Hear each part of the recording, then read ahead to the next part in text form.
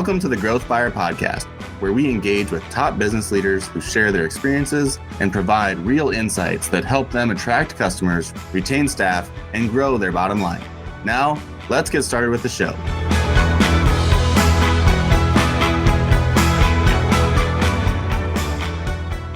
Hello there, I'm Mark Reifenrath, the host of the show where I feature inspiring business leaders from various backgrounds and industries willing to share their perspectives on healthy cultures and motivated teams. Past guests have included Elizabeth Zucker. She's the former YPO chair from 2019 to 2020. If you haven't listened to that episode yet, it's great, especially if you've ever thought about joining YPO. This episode is brought to you by Spinutech. Spinutech is a premium digital growth agency that specializes in revitalizing lead generation strategies and accelerating online sales for top brands. To learn more, you can go to spinutech.com. All right, today, super excited. We've got a great guest, Cynthia Cleveland. She's a 5-time CEO or president, having led companies that have generated over $4 billion in worldwide sales across consumer products, entertainment, and retail. Her 30-plus year career has spanned well-known companies, including Universal Studios, Mattel Toys, and Teleflora Gifts, driving significant growth and profitability. Cynthia has led companies ranging from Fortune 500s to private for-profit companies to launching her own startup. Cynthia was named one of the top 100 visionary leaders by Real Leaders magazine. She is an experienced board member, having served on over 10 boards, including top leadership in Young Presidents Organization, YPO, the premier leadership organization of 34,000 plus global chief executives. That is an amazing intro. Lots of great things. Cynthia, thank you so much for being here and welcome. Thank you, Mark. Good to be here.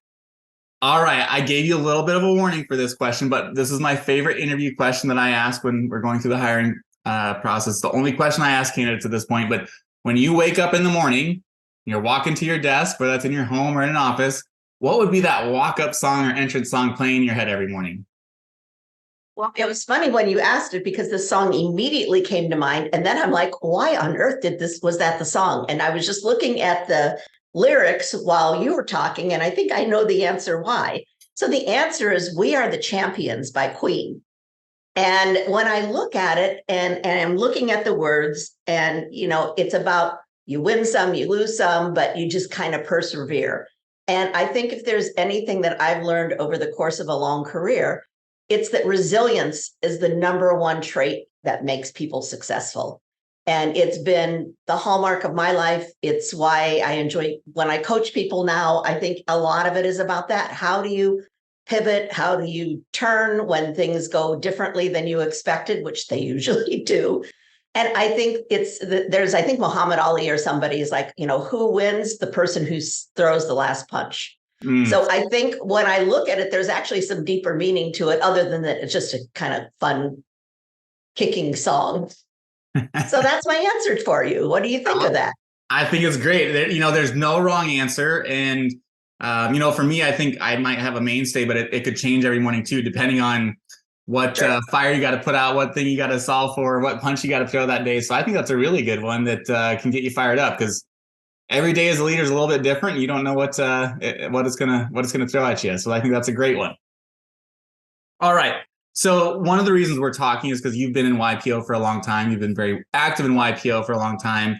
And that's one of the main points of this podcast, to talk to other YPOers and share those stories. I haven't met a YPOer who hasn't had an amazing story. So, maybe rewind a little bit. How did you first learn about YPO and why did you join in the first place? It's a great question. And I have a very easy answer. I was at Mattel Toys, and the CEO there, when he found out that I was going to start running this first company that I ran called Teleflora in the floral wire service business, he said, I only have one piece of advice for you, and that's join YPO. I didn't even know what YPO was. And what I found is I'd been with really big companies. I was with Carnation Nestle and then Mattel. But running a company is very different than being a hired gun for, a vice president, a senior vice president or whatever. I was vice president, so senior vice president. Very, very different role. And I didn't have the first company that I ran. I didn't really have a board. I had owners, and that was very different. So everything was like just going from being a cat to a dog. It was such a different situation to be managing everything as opposed to as vice president in marketing up until that point. And so he described the forum situation. And that was the number one thing that appealed to me, to have people, because you can't go ask your owners. I quickly learned that my VPs, I couldn't go talk to them about things that I didn't know.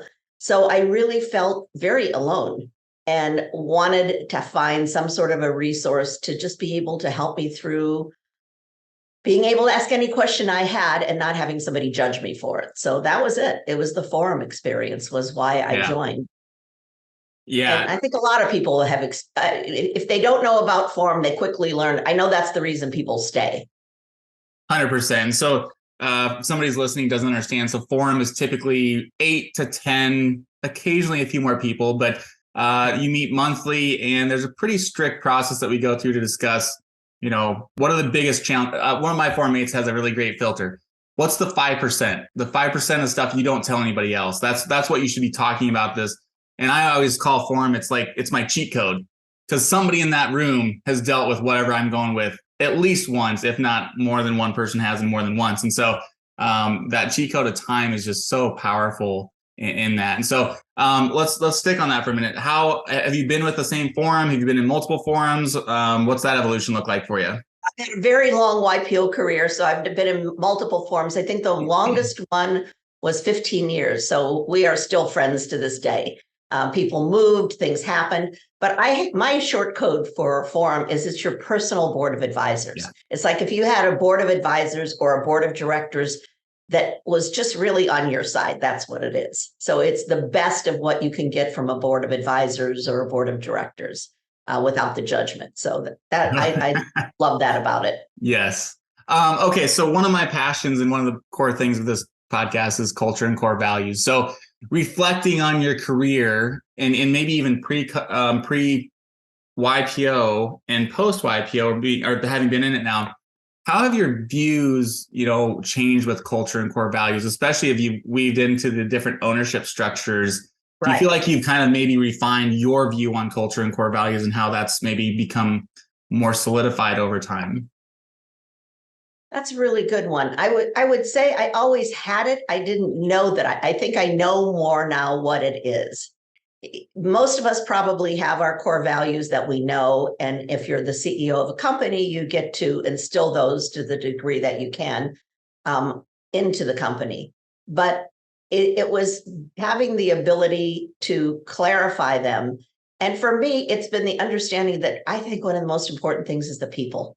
The people part of the business, definitely you need your metrics. Definitely you need your measurements. That's not unimportant. But unless you have the right people in the right seats, it doesn't matter. And so then getting those people, the right people at the right time, that I think maybe that's what I've learned over time. You can have really good people, but if they're there at the wrong time, it's like when you're dating and you're dating the wrong guy at the wrong time, that could be the right guy at another time. But people in companies, sometimes a company outgrows them or where it needs to go is different than when they started. And that's the really painful part, is when you have to have a breakup. And understanding that has set me free, and also understanding that sometimes people need to move on. And there's nothing at all pleasant about a move on process, or generally it's not. But learning that it's better for both sides has been another part of the culture. And if somebody doesn't fit with your culture, do not try to remake that, because you can't change people really. So better off to identify what's really important and make sure everybody in your boat is rowing in the same direction naturally. Yeah, 100%. I like to say you can't have an aspirational set of core values. You can't have an aspirational culture, because you just can't fake that until you make it. And people snip through that so quickly. And the other thing I like to have our team think about is we solve our problems using our core values. And so if you think about when there's a challenge on the table, just asking a simple question of, because it's easy to get frustrated, like, why is this happening? But you can also say, well, which core value is it misaligned with? And now it gives you a little bit of a framework to start solving. And I love the saying too, attack the problem, not the person. Well, if it's okay, the problem is it's misaligned with this core value. Now we've got a framework of how we attack it and solve that problem. And so I think that you can't do that if you don't have a solid set of core values that are lived and not Right. aspirational. And so, yeah, You know what I like about that is it takes it away from you're a bad person. And yes, the more you can get to, this is our core value, and you're not living it when this is, when this is your behavior, then it's not so much, it's not personal. There's that's actually, right. and it's actually something that somebody can choose to act on or not. I mean, people can be coached to be better if they're weak in an area, but you're just don't fool yourself to think you're totally going to change somebody. 100%. I think you described it too. If they're a mismatch, the sooner you get that out of the system, the better. Because to me, it's a low level cancer that can grow into something bigger very quickly, and then you got a And much if larger problem. And if you're a CEO and you think people don't notice it, you are so wrong. It's like with kids. It's what you do, not what you say. And it's the same way Yes. with this. If you say these are your values, but then you let somebody not live them and demonstrate that, and you think people don't notice, wrong. 100%. I say, I have to have a near perfect record with our core values. Yeah, you're right. It's because that's the expectation of my role. Now, fortunately, our core values are very directly tied to how I think and how I see the world. So it's very easy for me to do that. But I even challenge our leaders, like you have to have a very close to perfect record with these, because to your point, everybody's watching and judging on some level. And we're also, I think our actions give permission both in a good way and a bad way. And Exactly. so if we break it and it's like, oh, no big deal, no big deal. Well, now we've just told the whole team that is okay. You can do that. And those decisions now are starting to get made differently without you even knowing. And then how did this happen? Well, it's because that one time you broke that way that you do things. So yeah. Um, what do you think is, if you could go back, in time and tell the first true leadership role you took, what's a couple pieces of advice you might give yourself, knowing what you know now versus what you knew then? I think maybe just to trust my instincts more. My instincts have more often proven right than my head sometimes. you have your head and you come to an answer that way. But if deep down what's in your head doesn't match your instincts, there's probably something that you're Mm. missing. And I think a lot of times as CEOs, we're either embarrassed or you feel like, well, I shouldn't go this way just because I feel like it's wrong. But I've learned that at least listen to that voice when you feel like something is wrong, or you just have this sense that something is wrong. Listen to your instincts as much as your head, and if it's keep digging until you figure out what that's about. How about you? Hmm. What would you say to that one? Mine's actually almost identical to that. I think I fought my gut instinct those first several years because I was thinking I had this self doubt, well, you haven't been Yes. there, you haven't done that.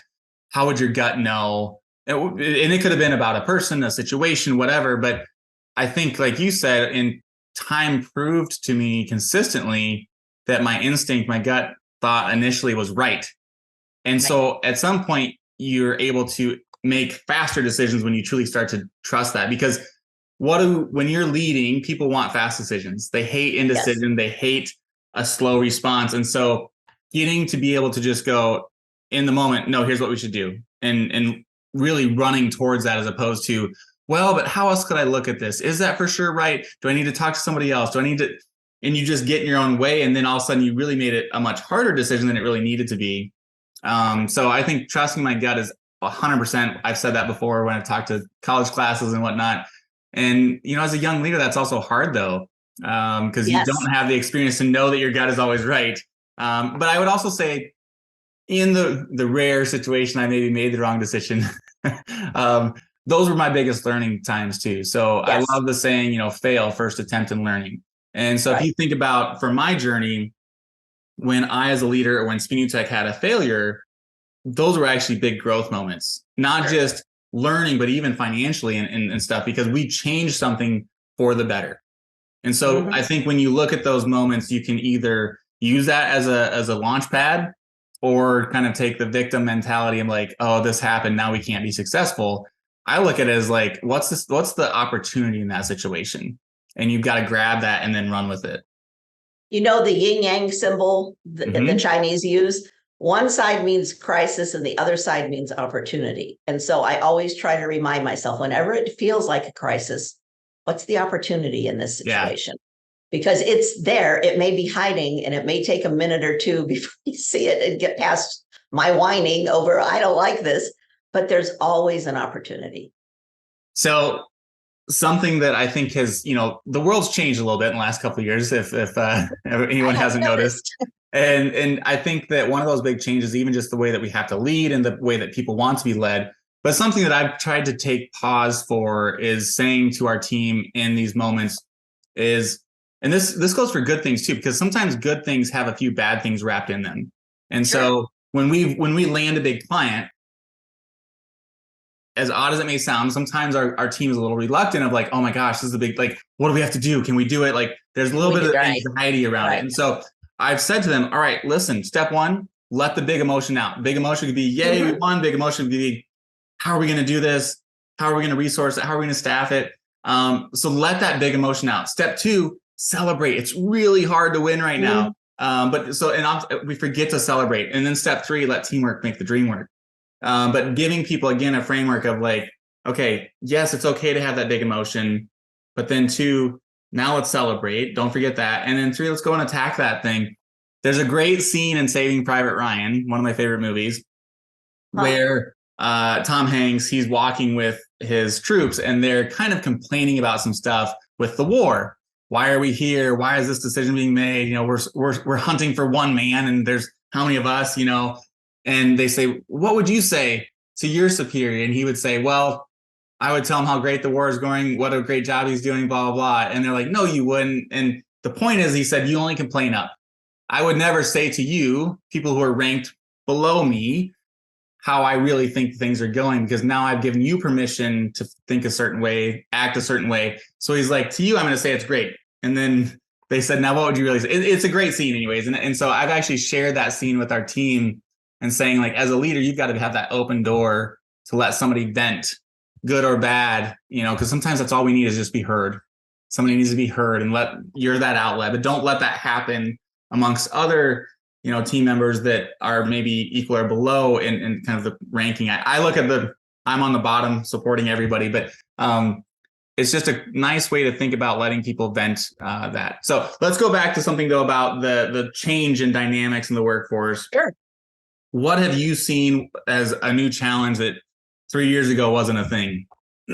Oh my gosh, that's easy. It's just the workplace and the working differently. I mean, whereas you used to compete to get a new hire from your local geography, now you're competing globally because so many positions are not based in your office. And so it's led to a way more competitive hiring environment. And at the same time, I think it's led to the downside that I see is it is tough to keep a culture virtually, or to instill a culture. I think you have to do a lot more work than we've given credit for, because if culture is such an important thing, and it is, it's why people stay and why people go. But I don't think we've figured out all of the secrets to making people feel part of your culture, to keeping it going. I think there's, and McKinsey put out a study recently where they're saying, sort of the ideal or the thing that is considered best is like 3 days in the office. It's actually now, nobody is saying it's good to be 5 days in the office or it's good to be 5 days out of the office. It's sort of like this interim where there is value sometimes in being able to work uninterrupted. And that is actually much easier at home. And you get another couple hours if you had a commute. But on the other hand, if you're never, ever, ever together with your people, we are human animals. And I feel like even with my clients, I do so much by Zoom, but I really make a point to get at least a couple times where even when I have to fly to them, I will fly there to see them face to face and have a meal and not just have it be a Zoom life, because there is something that is missing. So it's this challenge and balance of how do you keep your community? How do you keep everything going that's good? And yet there is an advantage to being able to hire people from around the world too. But you have to work differently in terms of your time zones, and it's more complicated. At least that's what I find. How about you? I agree. We had it wasn't even a spoken rule as much just the way we thought is pre-COVID, we just hired where we had offices. So, we had 5 locations. Nobody thought about it. we just, it was like, oh, maybe we should open an office here because we think there's the type of talent we need. That was the thinking. And I really unconsciously, we just charged forward in the beginning of COVID and started hiring all over. And so we went from 5 locations to now we have employment in 30 states, which brings its own set of headaches. But you think of the leveling up we did in talent has been amazing. Yes. But I also agree with the culture statement of it's way harder because we had this subconscious buy-in to culture when we went into an office. There was a conformity that was, I guess, kind of forced on us, good or bad. And you witnessed it every single day, what that was. It was more touchable and you could scratch and sniff it easier. Today, you can't. And so I've literally been talking to our leadership team lately about we have 170 plus versions of the Spinutech culture. What my hope is the variance of what that is tighter and tighter. And so the challenge I give to our leaders is, one, let's set the bar, whatever that is, because we can't wait for a book to come out on how to do this because that's way too long. You could be writing the book. Exactly. So we need to set the standard, set the bar. So we've really poured into the first 100 days, really making that a very strict process so that they meet tons of people. And then to your point, we only have 3 physical locations now. We've downsized just because people weren't using them.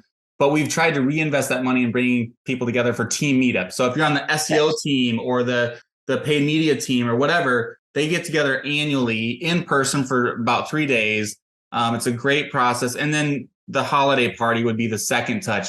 I believe 2 to 3 in-person things a year currently works. But it's interesting, in the last 90 days, the talk has really shifted back to people want to go into an office. We've had some team members that have been very isolated from our team and had the 1 or 2 touches, but have gone to an environment where they could get in person. So it's interesting, a year and a half ago, 18 months ago, everybody was like, I need remote. I have to have remote. And now that we've all gotten that, it's like, well, but I would like a little bit of in person. And so it's different for everybody. And so it'll be interesting how this kind of reshakes out again. We're kind of almost in the next wave of this. Yes, and it'll be interesting to see how it's shifting evolves. Again. I happen to be on the Myers-Briggs board and they have extroverts and introverts are a big part of how they look at people's personalities. And the feeling is that's just something that you're born with. And it's interesting because my 2 kids, one is highly extroverted, one is highly introverted. And I thought, as many people did, that introverted people would really like working from home because they wouldn't be forced to and it's just the opposite.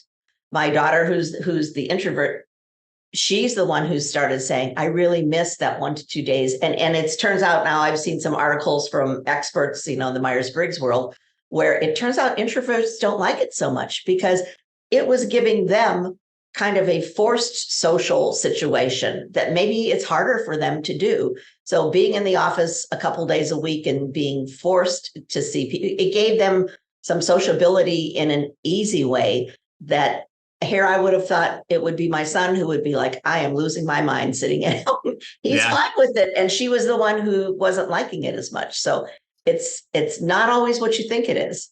We're complicated animals, us people. We are. That's really great insight. So kind of digging on that deeper, what do you think, the whole mental health conversation, I feel like in 2020 kind of just took off. And so I think today leading the whole person versus just the business version is so important. So what have you seen, maybe any tips or tricks for, coaching, leading people holistically, I think is maybe the way to put it compared to 2019 even? I think we used to think that we had I don't even like this work-life balance BS because it isn't. You have one life.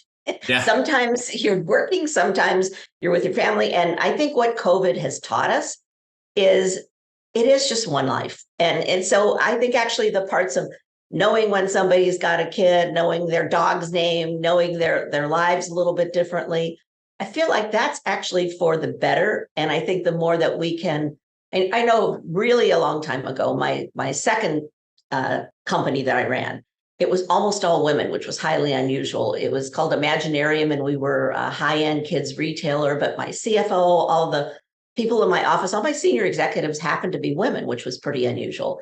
And I can remember I said to them, and this is like 25 years ago now, I said, I got kids.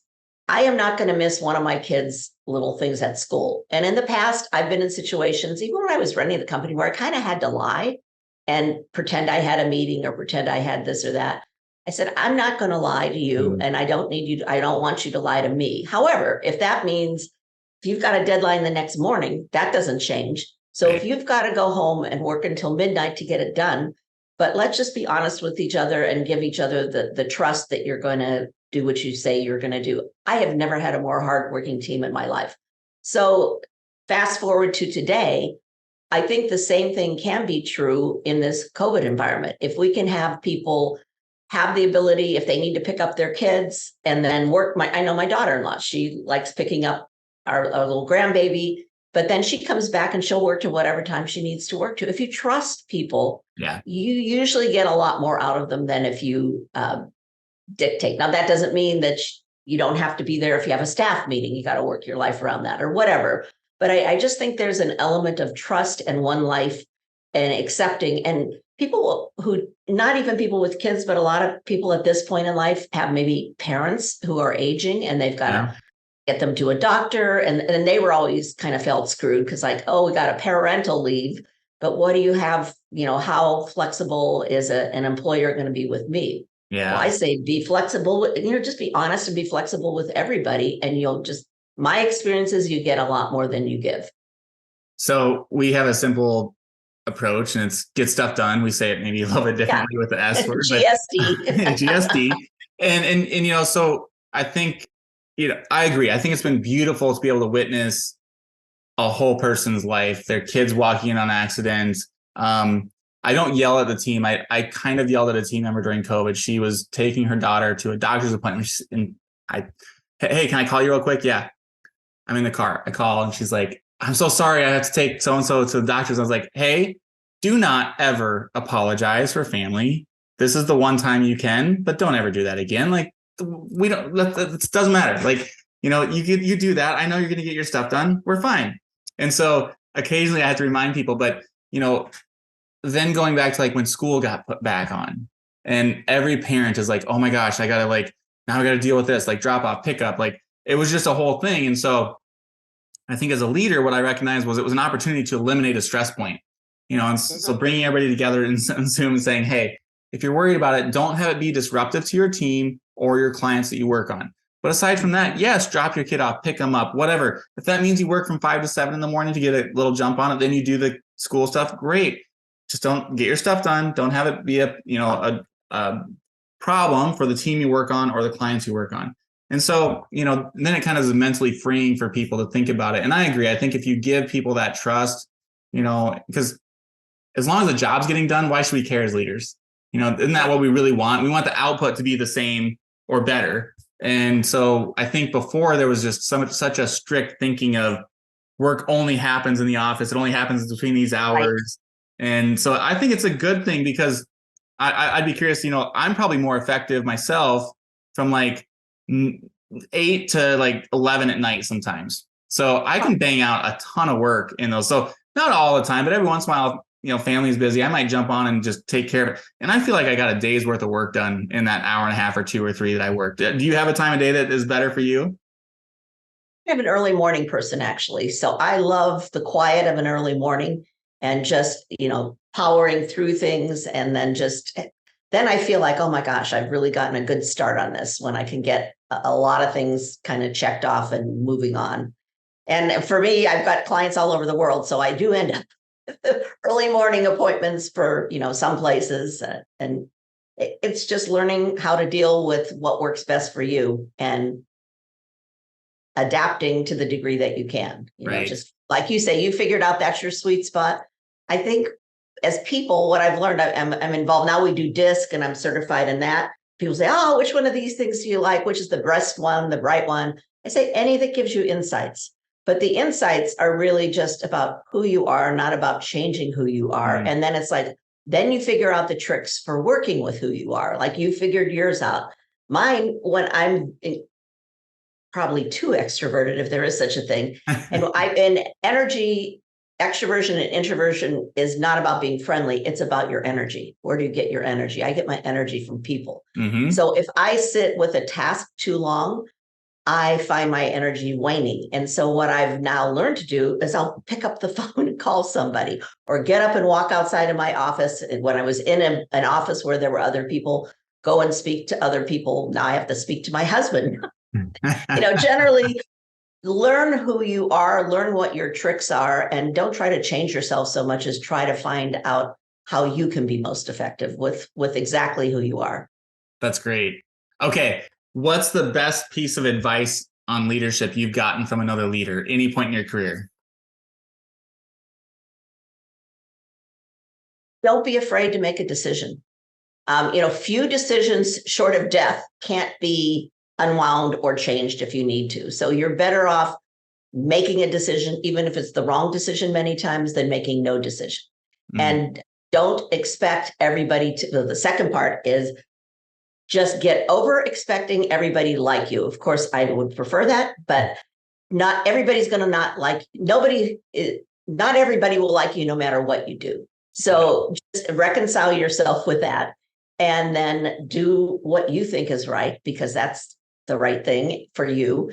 And if it's wrong, you can always adjust. And I think if there's one lesson, the one word I use for COVID is we've all had to learn to pivot, and sometimes a lot. So just be prepared to pivot, and don't worry about a wrong. You talked about how many things we learn from what we might consider wrong decisions, way more than the right decisions. So accept that that's how it is. Okay. So I would, if I'm being honest, I probably still struggle with the whole liking me thing. So I see a lot of young, let's say less experienced leaders, younger leaders struggling with that too. They still want to be friends with everybody that they lead. So talk about that. Like, was there a turning point for you, or how have you maybe coped with that with different sizes of the team? So, I mean, we're 170 people. I know everybody on the team doesn't perfectly like me the way I would like them to, but they also don't really know me like when we had a team of 50 people. And that's kind of what I've used as a self processing perspective, to try to not beat myself up too much of like, hey, they don't all know you, and they can't. But do you have any tips on from a beginning leader, early leader, on how to cope with that? Things I've seen with early leaders is they want their teams to like them too much. And having been guilty of that myself, I get it. And so what I say is, you are their boss, you are not their friend. Mm-hmm. And if you go too far down the friend road, it will bite you, because then some people, especially when you're the boss, everybody watches what you do times 10. So then if you have lunch with somebody on Monday and you don't have lunch with somebody else on Tuesday.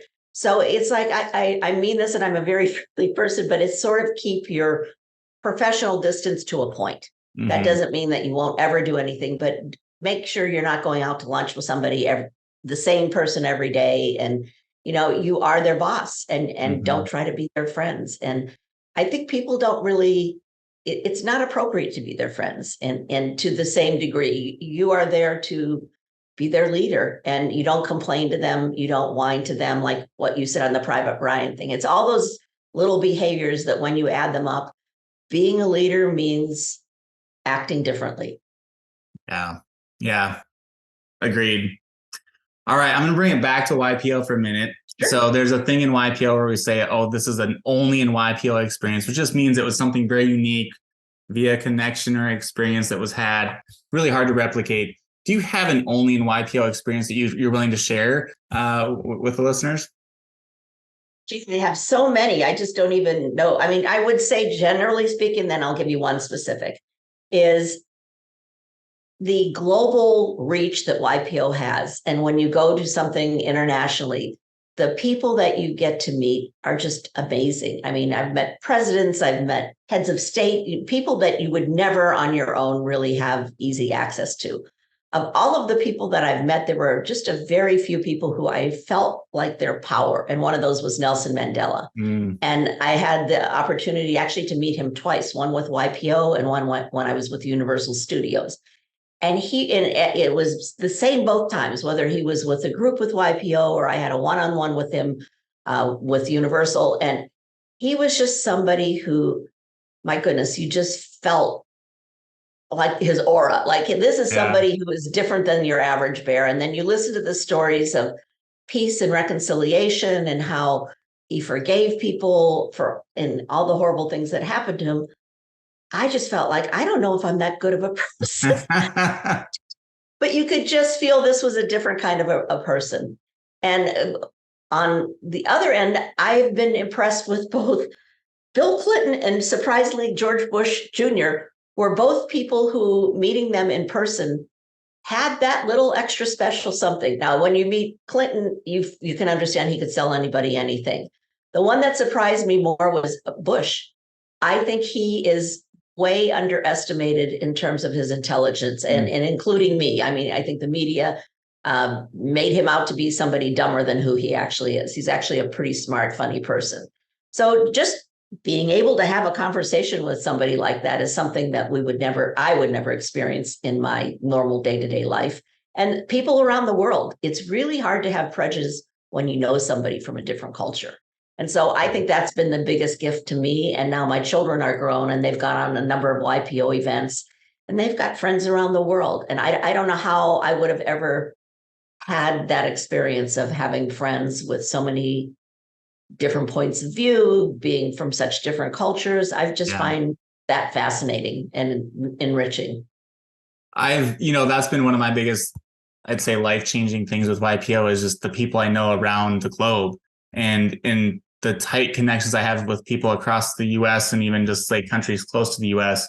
That perspective and that cultural knowledge that I've gained is it's huge. And I can't even describe all the way it's impacted me as an individual, but both personally and professionally, it's definitely been a huge piece. I don't think that can be described in any type of marketing for YPO or any network like that. Really, it's just a very unique thing. And I love too, like one of my forum mates for my national forum or international forum is from the Dominican Republic and one's from Canada. And during COVID, during economic shifts, like their perspectives are so different than ours. And sometimes it's a good thing to be like, hey, dummies, are you thinking about this? And it puts it in a different perspective. And because it's so easy to have our narrative within the country you're in versus, hey, we're basically a third world country or, we're stricter on this, like be thankful for what you have. So it's the power of that is hard to describe. I'm in a global forum now and watching things go on in China and Taiwan, just the things that have happened to the members that I can't talk about, but in Egypt, just seeing it firsthand instead of it being filtered through any sort of news or any, or I just am not even that internationally savvy and that I don't, pick up every story that's out there. So understanding it on a one-to-one basis with a person, you don't feel prejudice when you know somebody. I have had to face my own prejudice. I have a very, very good friend who is from the Middle East, and we were in the Middle East, and he usually dresses in Western garb. And I was meeting him, and I walked up, and I just saw, somebody in the kind of red scarf and the whole thing. And I had a little bit of a stand back because I felt like, okay, this person is not going to be somebody who likes me. Turned around, and it's one of my closest friends. And I had to realize my own bias, that even though I think I'm all not biased, guess what? We all are. And so it was a really good, there are those kinds of lessons that how do you put a value on that? It just smacks you in the face that guess what? We've all got it. Totally. All right. Any closing thoughts? Anything I didn't ask you that you would love to share? Well, I guess I always like to think about women in business today and younger women. And so, I mean, when I joined YPO, we had about 6% female members. And all these years later, we're really only up to 10.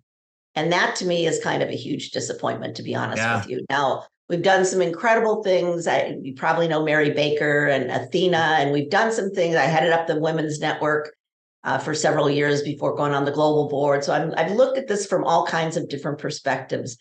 And that is always a little soft spot in my heart where I've got a daughter and I want things to be so different for her. And they're really just not quite that different yet.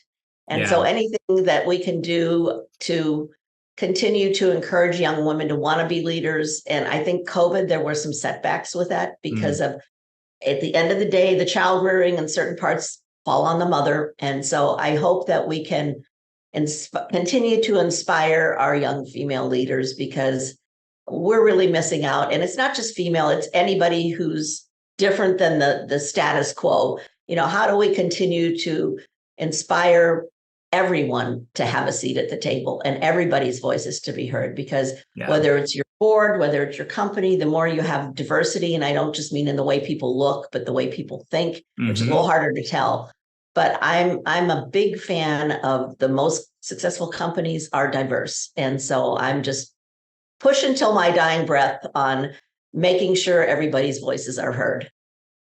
I am glad you brought that up. I agree completely. We're over 50% female. Our leadership is over 50%. None of that was intentional.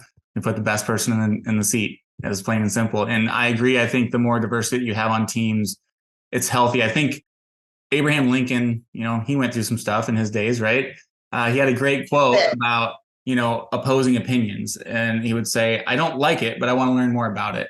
And exactly. I think we all need to have that attitude of whether you agree, disagree, but typically when we disagree with something, it's because we also don't know everything about it.